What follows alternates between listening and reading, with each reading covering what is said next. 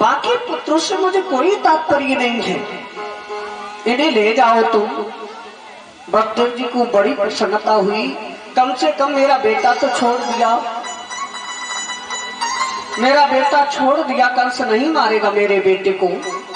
तुरंत वहां से पुत्र को लेकर के चल पड़े। इतने में देव ऋषि नारद वहां पधारे। कंसराज ने प्रणाम किया, देव ऋषि नारद को आसन दिया, कुशल क्षेम पूछी।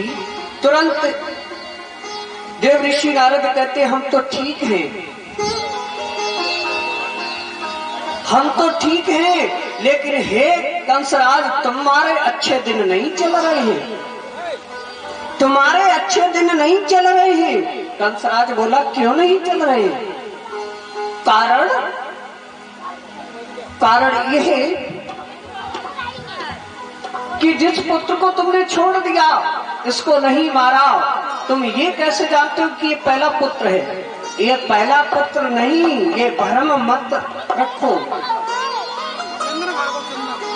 तुम्हें पता है देवता कितने धोखेबाज होते हैं, कितने छलिया होते हैं। अरे जब इधर से गिनती करोगे, एक कमल का फूल हाथ में ले लिया, कमल का फूल हाथ में लेकर के जिसमें 8 पंखुड़ी लगी हुई है, कहते हैं देव ऋषि नारद देखो कंसिडर, यहाँ से गिनती करोगे तो ये 8वीं हो जाएगी, यहाँ से गिनती करोगे तो ये 8वीं हो जाएगी, यहाँ से गिनती करोगे तो ये 8वीं हो जाएगी। ऐसे ही बच्चों का क्रम हो सकता है। अगर उधर से गिनती की तो ये 8वां पुत्र ही होगा। कंसराज के ये बात समझ में आ गई। तुरंत आदेश किया कि वसुदेव जी को बुलाया जाए, पुत्र को लेकर के आए हमारे पास। तुरंत वसुदेव जी को बुलाया, उस पुत्र को हाथ से में लेकर के तुरंत कंसराज ने वहीं पर उसको समाप्त कर दिया। बोलिए वृंदावन बिहारी लाल की।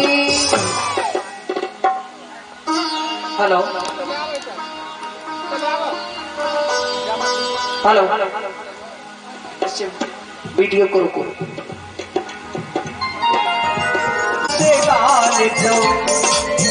तुम करो शाम से प्यार, अमृत बरसेगा। तुम करो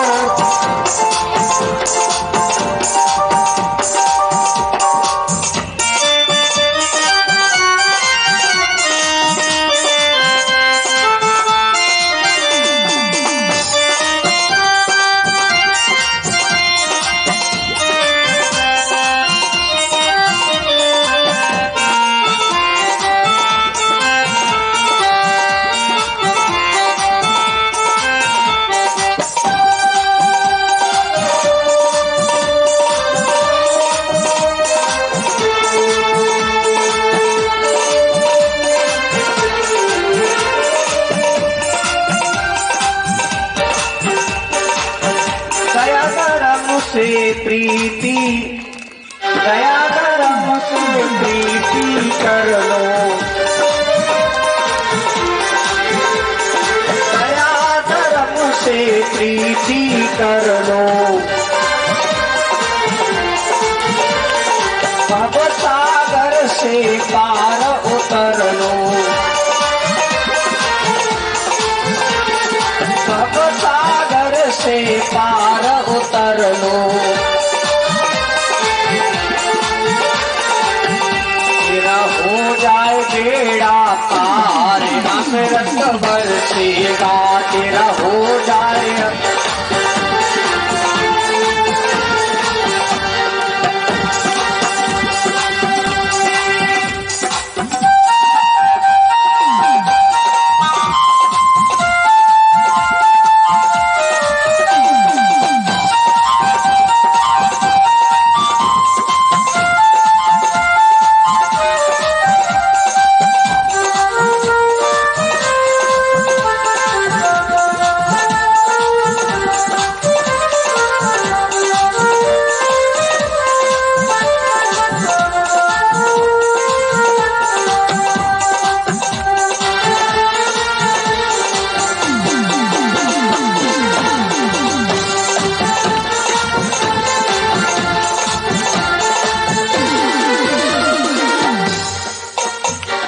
सतगुरु ज्ञान का पहनो गहना।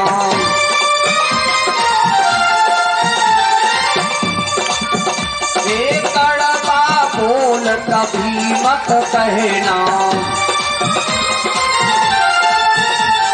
सतगुरु ज्ञान का पहनो गहना। कड़वा बोल कभी मत कहना,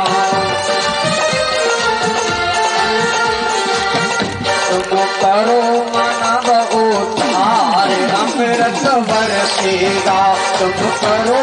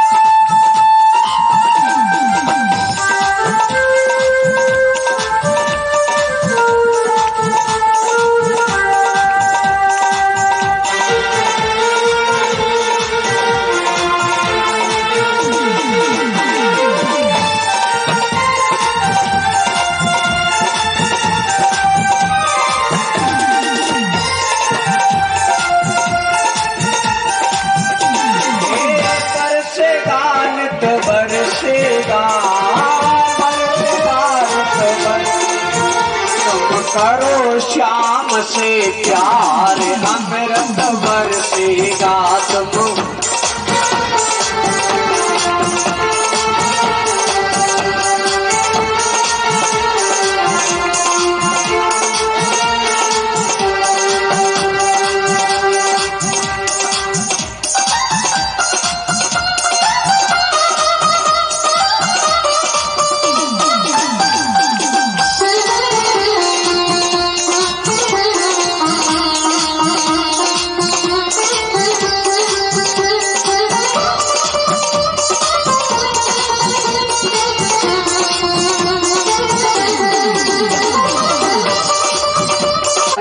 देवकी का प्रथम पुत्र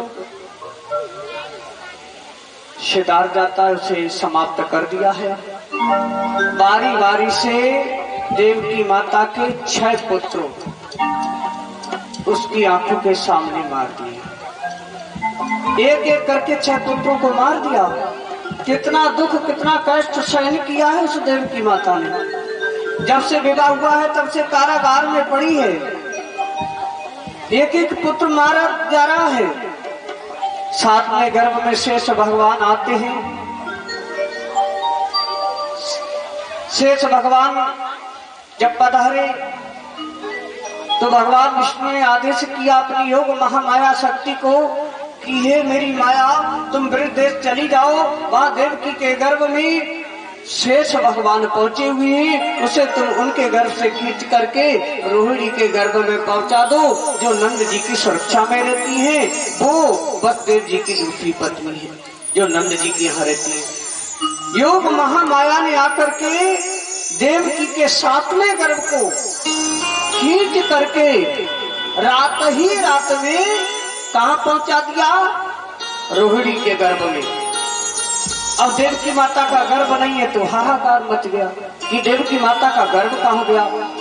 कल तो बड़ा चिंतित हो रहा है कि 7वां गर्भ था, अब 8वीं की बारी है और समझ में नहीं आ रहा है कि आखिर ये गर्भ गया कहाँ।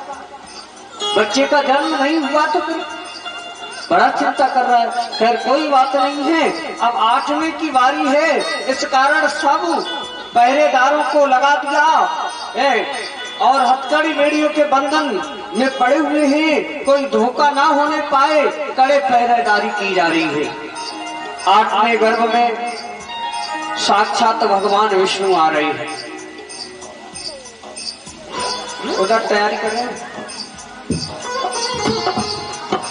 साक्षात भगवान विष्णु पधारे हैं। गर्भगत भगवान विष्णु की सभी देवता वंदना करते हैं, पुष्पों की बरसात करते हैं। उस कारागृह में ढेर लग जाते हैं पुष्पों को, लेकिन किसी को समझ में नहीं आता कि ये कारागार के अंदर पुष्प कहां से आते हैं। सब देवता बड़े प्रसन्न हैं कि भगवान का अवतरण होगा।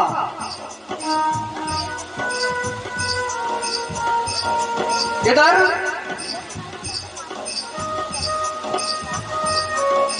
पुकार कर रहे हैं सब, हे नाथ जल्दी से जल्दी आप अवतरण होकर के आ जाओ। वंदना कर रहे हैं और वो समय धीरे धीरे आ रहा है। भादव का महीना, अंधेरी रात्रि यानी कृष्ण पक्ष, दिन बुधवार, अष्टमी का दिवस, अर्धरात्रि। बादल घिरे हुए हैं, ठंडी ठंडी हवाएं चल रही हैं। आज प्रभु का आगमन जब हो रहा है तो ऐसा लग रहा है पुष्प जो दिन में खिलते थे वो रात में ही खिल करके। पुष्पों से पूछा तुम रात में क्यों खिल गए? तुम्हें तो दिन में ही खिलना चाहिए ना, रात में क्यों खिले हो तुम? तो पुष्प कहने लगे आज प्रभु का आगमन हो रहा है, दिन कैसा, आज तो हम रात्रि में ही खिलेंगे। सब पक्षी अपनी अपनी प्यारी भाषा में बोल रहे हैं, मानो ये संकेत कर रहे हैं कि आज प्रभु का अवतार होने वाला है। कंसराज अब तुम सावधान हो जाओ, ऐसा संदेश देना चाहते हैं। और धीरे धीरे वो समय आ रहा है। माता देवकी स्वप्न देख रही है। उस स्वप्न में क्या देख रही है कि पृथ्वी पर उथल पुथल मची हुई है।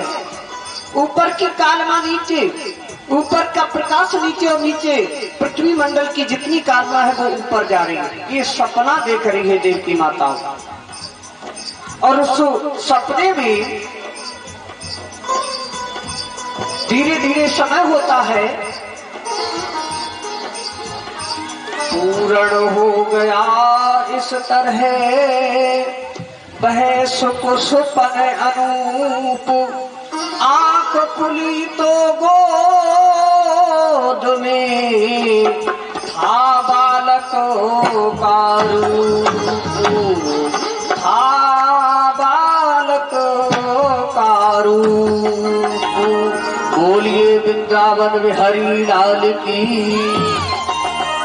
जैसे ही आंख खुलती है तो देखा गोद में बालक आया हुआ है, साक्षात भगवान विष्णु का स्वरूप। चतुर्भुज रूप धारण किया और करके समझा रहे हैं बसदेव देवकी को। अभी हथकड़ी बेड़ियों के बंधन टूट करके नहीं गिरे हैं, पहरेदार नहीं सोए हैं और दर्शन 4 भुजा रूप में दे रहे हैं भगवान। 4 भुजा रूप में जब दर्शन दिया है और अपनी हकीकत को बताया और कहा कि दो भुजा स्वरूप बालक प्रकट हो गए, उसे तुम नंद के घर पहुंचा देना। वहां भगवान विष्णु ने योग महामाया को भेद दिया। उसने कन्या का रूप बनाया है जो यशोदा जी के पीठ के पीछे बेटी है। इधर श्याम सुंदर का अवतरण हुआ है। हथकड़ी बेड़ियां अभी नहीं, 2 भुजा स्वरूप बालक अभी नहीं आया है। बेड़ियां नहीं टूटी है, हथकड़ियां नहीं टूटी है। जब वो अदृश्य हो जाता है, वो स्वरूप अंतर ध्यान हो जाता है, पुनः इतना तेज प्रकाश उस कारागृह में हुआ है, बहुत तेज प्रकाश, तेज पुंज। ऐसा प्रकाश उस देवकी माता पर, वसुदेव जी पर सहन नहीं हुआ और वो मूर्छित होकर के गिर गई। मूर्छित होकर के गिर जाती है। जब आंख खुली है तो 2 भुजा स्वरूप बालक अब प्रकट हुआ है, जिसके हाथ में मुरली है, मोर मुकुट की शोभा को धारण किए है। ये परम धाम का स्वरूप आया है। गौलोक धाम का कलेवर, अक्षर की आत्मा, श्री राजी महाराज का आवेश और भगवान विष्णु का तन इस बच्चे के अंदर आया है।